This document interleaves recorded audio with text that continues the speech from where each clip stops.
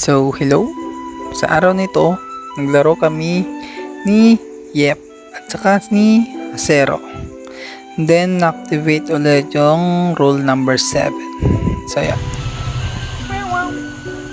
So, na-activate ni Acero yung spell. And then, so plus 2 win siya sa regular game and then activate yung spell. And then tumagal pa yung game hanggang sa magmadaling araw na. And ito naman yung score nung July 23 na. 12 AM onwards. And then ignore nyo lang yung artistic style niya. Na-inspire lang ako sa One Piece dun sa may Wano. So, ito po yung update sa araw na ito. Yep, plus 8 Winnie. Then Acero plus 10 Winnie. So, yan. So, sa araw na ito may sudden event. So, dahil birthday ni Top 1. And then, birthday rin ni Top 3. Basta si Yep. Top 3 na siya ata ngayon. Oo. So, ayan. Kaya nagbigay ako ng birthday event. So, 10 Winnie per Winnie. And, about sa sinasabi ko nung last video na maggagawa na ako ng parang fictional places para sa mga common na pinaglalaroan. So, nagkaroon na nga ng isang place sa ating board domination. Ayan, ang tawag dito is the Temple of the Waving Crimson Grass. Sheesh. So, yun, located sa Santa Cecilia, Karingaya, La Union. And dun ginanap yung birthday event. So, ayun, ito ang kaganapan. And ito pala yung itsura ng the Temple of the Waving Crimson Grass. So, yan. And ito pala yung unang idea ko about sa place. Pero parang hindi original. And common na yung ganon. Yung ganong structure. So, yan.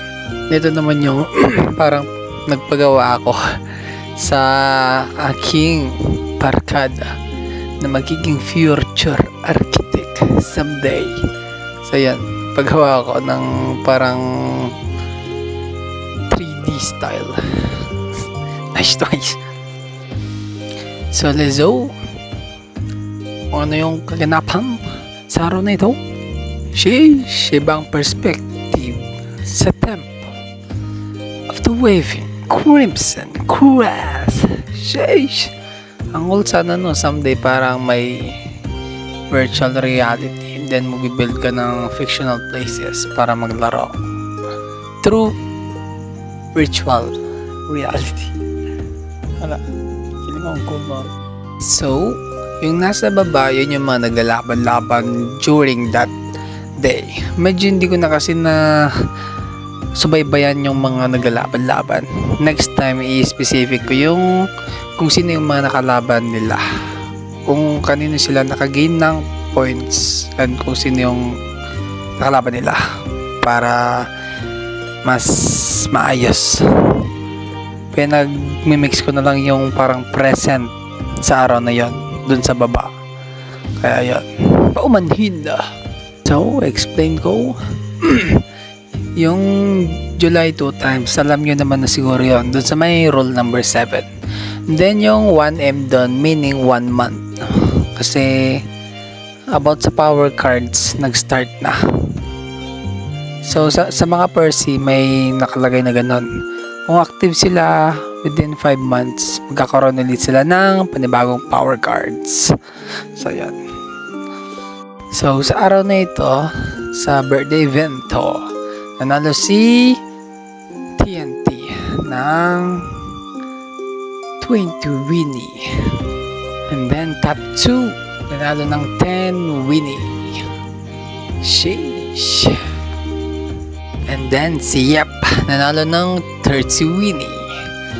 And then, naging Percy na siya this day. Congrats. And ipapakita ko mamaya yung poster niya. Nice. Then, Puma plus 30 Winnie. Yan. Kaya mo yan, Poms. Malapit na din ay hahabol. Magiging Percy. Hahabol. Then, si Acero plus 20 Winnie. And, naging top 10 na siya. In this day. Hahabol din. Go team. So, update sa araw na ito. TNT plus 20 Winnie. Pongi plus 10. Yep plus 30. Puma plus 30. And Acero plus 20 Winnie. Nice. So, i-mention ko ulit. If naka 500 plus Winnie ka, magiging Percy ka na. And magkakaroon ka na ng isang bonus power cards. Ayan. So, ito po yung poster ni Yep, nakaka-Percy lang nung araw na ito. Nice. Ilang months lang siya na naging Percy. 3 ba or 2? Grabe.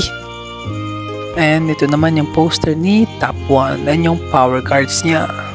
And ito naman kay Bongi, Top 2. And ito naman kay Calbo, Top 4. So, ayun lang po guys. Hanggang sa muli.